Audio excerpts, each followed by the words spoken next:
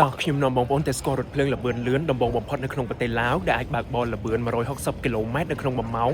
ទំនើបមែនតើហើយថវិកាសាងសង់រហូតដល់ទៅ$6000លានអាមេរិកនៅថៃអត់ទាន់មានទំនើបដល់ថ្នាក់ហ្នឹងឯណាអញ្ចឹងខ្ញុំមកប្រទេសឡាវនេះខ្ញុំជិះរថភ្លើងបាន3ដងដែរហើយជិះប្រភេទខុសៗគ្នាខ្ញុំនឹងប្រាប់បទពិសោធន៍ទៅកាន់បងប្អូនហើយនេះស្ថានីយ៍នៅខេត្តវាងវៀងស្អាតមែនតើបងប្អូនមើលទេសភាពអូខេហើយខ្ញុំនឹងនិយាយខ្លះៗដែរតាក់ទងជាមួយនឹងគុណសម្បត្តិនិងគុណវិបត្តិនៃផ្លូវរថភ្លើងល្បឿនលឿននៅក្នុងប្រទេសឡាវដំបូងគេនេះដូច្នេះផ្លូវរថភ្លើងល្បឿនលឿននៅក្នុងប្រទេសឡាវនេះគឺ LCR សូម្បីតែ app ដែលខ្ញុំកក់នឹងក៏ឈ្មោះអញ្ចឹងដែរដែលមានឈ្មោះពេញគឺ Lao China Railway ដែលតភ្ជាប់ពីបរតិនមកកាន់រដ្ឋធានីវៀងច័ន្ទបងប្អូនរថភ្លើងដ៏ទំនើបនេះក៏ស្ថិតនៅក្នុងគម្រោងខ្សែក្រវ៉ាត់មួយផ្លូវមួយផងដែររថភ្លើងនេះគឺមានប្រវែង422គីឡូម៉ែត្ររត់បានល្បឿនរហូតដល់ទៅ160គីឡូម៉ែត្រនៅក្នុង1ម៉ោងស្ថានីយ៍គេនីមួយៗស្អាតមែនតើទំនើបការ check in នេះដូចយើងទៅ airport ចឹងបងប្អូនហើយដូចខ្ញុំជិះដំបងគេនេះពីវៀងធានវៀងច័ន្ទបងប្អូនទៅកាន់លួងព្រះបាំងស្ថានីយ៍គេស្អាតមែនតើ check អីគេច្បាស់លាស់ណាហើយមើលមនុស្សចុះបងប្អូនអើយចិន80%ផ្លូវរថភ្លើងល្បឿនលឿននេះគឺតាក់ទាញចិនមែនតើទេសចរចិនកោទឹកកោដីមកកាន់ឡាវហើយអូខ្ញុំទិញសម្បត្តិអត់តាន់គេទេទិញមិនតាន់ពួកចិននឹងតែម្ដងពីព្រោះចាក់ច្រើនពេកហើយសម្បត្តិខ្ញុំទិញនេះគឺទិញឆក់កដៀតតែម្ដងទិញពីឡាវដែលគេដូចមានសេវាអញ្ចឹងណាបងប្អូនអញ្ចឹងត្រូវថែមលុយឲ្យគេអញ្ចឹងទៅហើយខ្ញុំទៅស្លន់ហ្នឹងហេតុអីបងប្អូនខ្ញុំទៅជិះឡានពេលយប់ពីប៉ាសេមកកាន់វៀងច័ន្ទនេះអញ្ចឹងមកដល់ភ្លាមគឺខ្ញុំអត់ចង់នៅវៀងច័ន្ទគឺខ្ញុំចង់ទៅដល់លួងព្រះបាងអញ្ចឹងក៏ស្លន់គ្មានបានលុបមុខដល់ថ្មិញអីទេឡើងទៅដល់រថភ្លើងភ្លាមទៅដល់ថ្មិញហើយខ្ញុំតែងតែជាប់ថ្នាំដល់ថ្មិញជាប់ខ្លួនបងប្អូនពីព្រោះខ្ញុំ solo trip បែបស្លន់អញ្ចឹងត្រូវទៅដាក់ជាប់ខ្លួនណាមួយទៅដេកនៅអូតែលអត់មានថ្នាំដល់ថ្មិញល្អយើងដោះទេហើយថ្នាំដល់ថ្មិញដែលខ្ញុំដាក់នៅជាប់ខ្លួននោះគឺថ្នាំដល់ថ្មិញខ្មែរតែមួយផលិតផលរបស់ខ្មែរយើង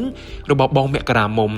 គុណភាពល្អមែនតើអ្នកដែលមានក្លិនមាត់ជក់បរិយញ៉ាំកាហ្វេច្រើនដូចខ្ញុំមកខ្មៅថ្មិញហ្នឹងគឺដោះទៅត្រូវតែម្ដងដោះថ្មិញឲ្យមានអារម្មណ៍ថាវ៉ាវស្រស់ស្រាយមានភាពជឿជាក់ផលិតផលដែលមានគុណភាពខ្ពស់តម្លៃសមរម្យតម្លៃត្រឹមតែ12000ទេអញ្ចឹងឈប់ប្រើថ្នាំដល់ថ្មិញសៀមបងប្អូន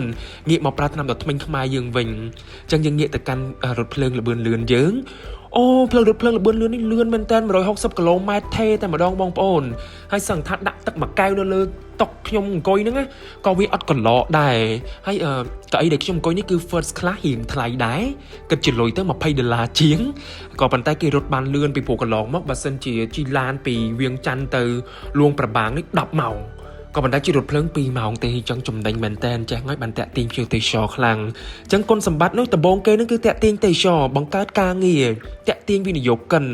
ជាពិសេសគឺកាត់បន្ថយថ្លៃដឹកជញ្ជូនច្រើនមែនតើតំណែងពីចិនអីគឺបញ្ចុះតម្លៃច្រើន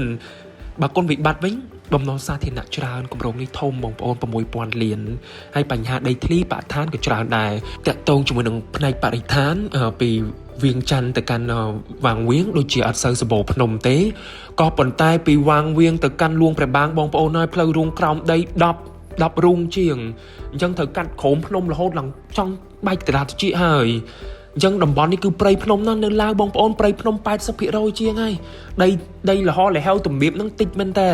អញ្ចឹងគុណសម្បត្តិក៏មានគុណវិបត្តិក៏មានគ្រាន់តែគុណសម្បត្តិដែលយើងឃើញដោយផ្ទាល់ភ្នែកគឺទេសចរចិនច្រើនមែនតើកោទឹកកោដី